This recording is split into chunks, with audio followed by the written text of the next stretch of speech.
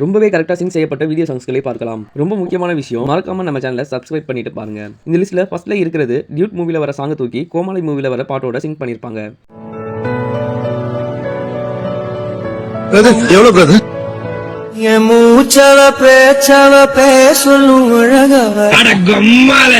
இந்த லிஸ்ட்ல செகண்ட்ல இருக்கிறது கத்தி மூவில வர சாங்கை தூக்கி அன்னியன் மூவில வர பாட்டோட சிங் பண்ணிருப்பாங்க.